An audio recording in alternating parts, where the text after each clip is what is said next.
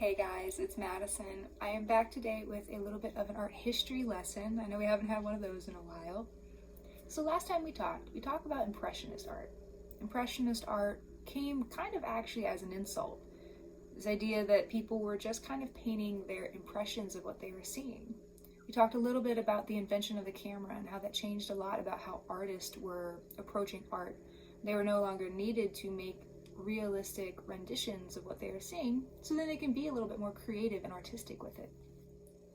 The time of the Impressionists were a little bit different because while in other art periods we've seen that artists of the time really kind of follow a similar style, a lot of the Impressionist artists really have no style in common whatsoever, other than the fact that they were taking an idea that they didn't have to paint realistically, and they started experimenting with a lot of different styles.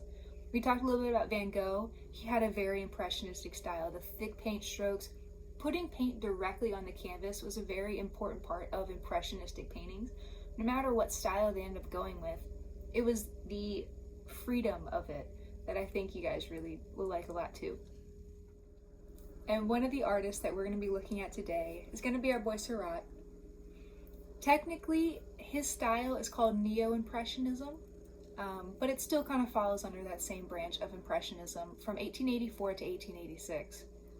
Seurat mainly did a lot of styles called Pointilism. So putting these small, distinct dots in certain places, what would happen was instead of mixing the paint all together on either on a palette or on the canvas, by putting the dots separate from each other and in distinct places, we create what we call optical mixing.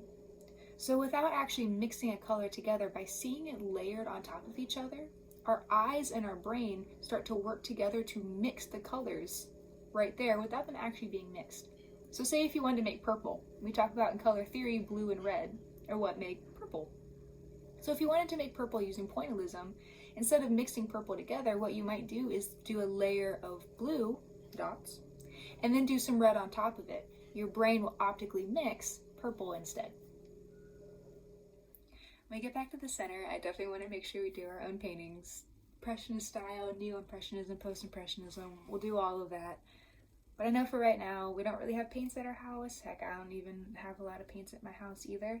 So we're doing something a little bit different. Kind of going off of that concept, we talk a lot in class about how we can use color and line and shape and the intensity of all of those things to create an emotion, either how we're feeling or maybe how we're trying to show how someone else is feeling. And Seurat believed in that same thing, and he called it chromoluminerism, this really big word right here. Sometimes you can see it used interchangeably between pointillism and also divisionism is another term used for pointillism. But we're going to be focusing a little bit more on the chromoluminerism part today, and we're doing an activity based on that. Right now, it's really important for us to be checking in on how we're feeling. And if you are feeling in any sort of way sad or upset or lonely, I want you to know that it's okay and that we're going to be showing a little bit different ways how we can handle it today. All right, let's get going with it. Alright, so right here I have a piece of paper. I'm going to be using some Sharpies for what we're going to be doing today, and then also a pencil just to kind of sketch out the area that we're going to be doing our little pointillism drawings in. Now, Seurat kind of looked at the language of color maybe a little bit differently than how we've talked about it. I always like to think of warm colors as fiery and passionate, but you can also think of them as something more happy if you think of them with the idea that they're more energetic. I always say they're very energizing colors. Our cool colors, our purples, our blues, our greens, these sorts of colors can also, while they can be more calming, they also can have maybe a more sad effect if you think about blue, if we're feeling blue.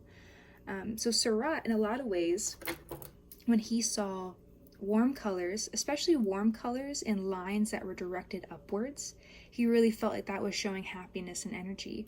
While something with cool colors, maybe with more downward lines, something that could show a little bit more loneliness and sadness, is what the language behind the cool colors would be for him. So we're going to do something kind of similar to that. But the first thing that I'm going to do, I'm going to put my colors off to the side. What I'm going to do is I'm going to sketch out two ovals real quick. What I want us to do,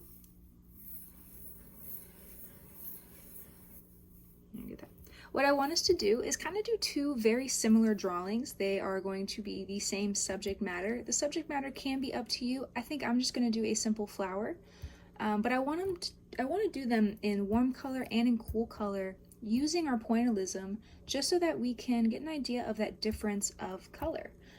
We compare our warm and our cool colors.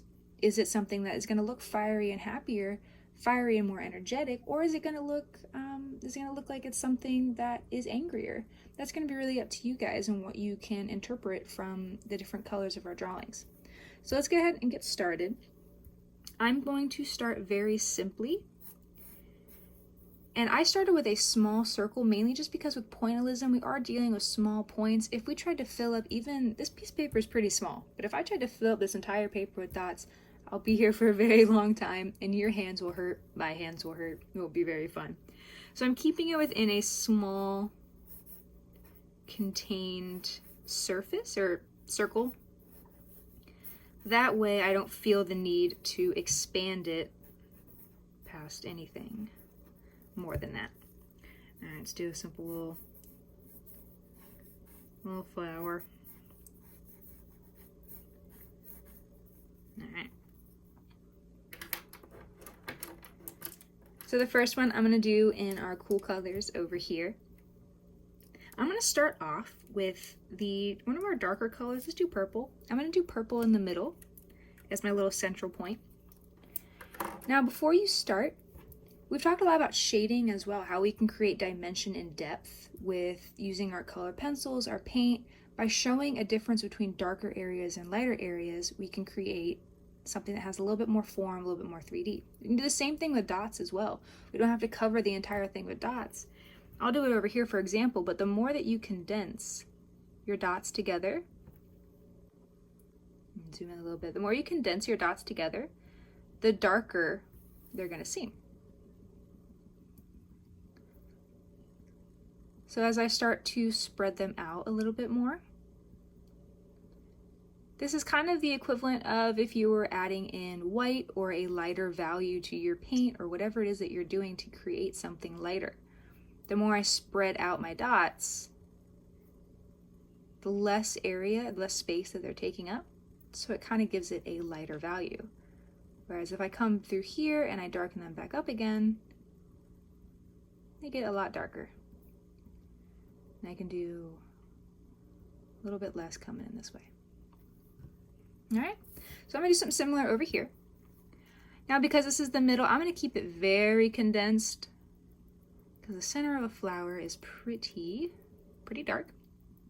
I'm probably gonna skip through a lot of time lapses for a lot of this, just because sitting here and seeing me poke dots might not be the most entertaining thing in the world. But I just wanna show you a few things for your own before you start doing it.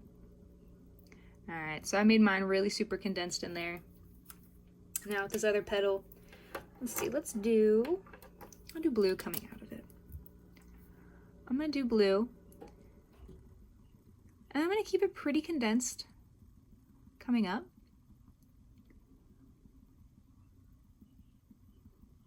And then I'm gonna get a little bit lighter as I get towards the top. And I think that's where a little bit of my green's gonna come in. Maybe I'll use green in the background. I think I'll use green in the background actually. We'll do that. We'll keep it to 3 simple colors, a purple and blue flower with a green in the background.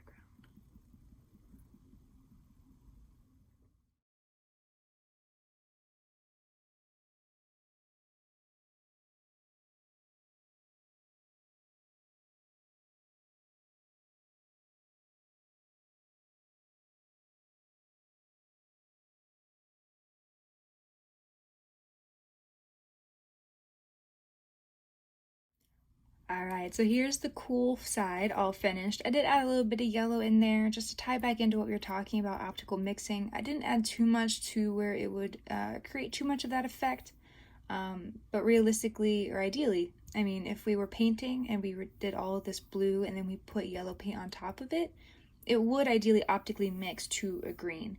With the Sharpie, and so I was doing it a little bit quicker, it didn't really quite turn out that way, but that's why I added a little bit of yellow in there, just to add a little bit of brightness to the ends. But I mainly still want to keep this all cool colors. I'm going to go over here and I'm going to do the warm color side.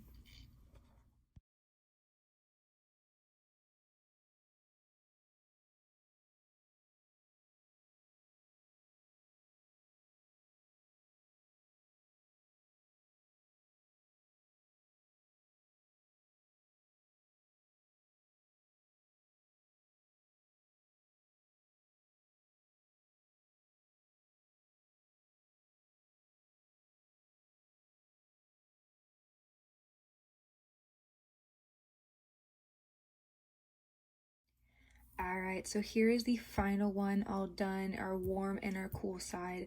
Let me know if this is giving you more of a happy or energetic vibe. Is this giving you something more, mainly the cool? I'm curious to see if you guys feel like it is more sad or is it more calming? That's something that I've noticed that it really can change depending on the subject matter as well too.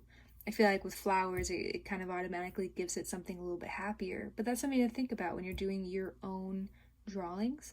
Think of the subject matter and then think of what the color is going to be going on top of it as well and what you're trying to show. Maybe it's the opposite. Maybe you're just generally feeling happy and you want to show something happier. Well, knowing that you can use happier colors or something that is more energetic could be a way to show that, in contrast to if you were feeling like maybe you're a little bit anxious right now. There's a lot of things going on. There's so much uncertainty right now. I often use cool colors because I find when I'm feeling anxious or overthinking a lot of those sorts of things that I really like to use cool colors because, they bring me a little bit more peace. So I'm curious how that went for you guys. I wrote this up here while I was doing it, but please, please, please take breaks often while you're doing this. When we get back in the center and we're doing paint, we're going to be using a little bit of a bigger point, so it won't be quite as small. You do not have to make something this small. If you're using a marker and it is thicker, I really would suggest you use that. The small Sharpies are just kind of what I had today, had with me at home, so that's what I used.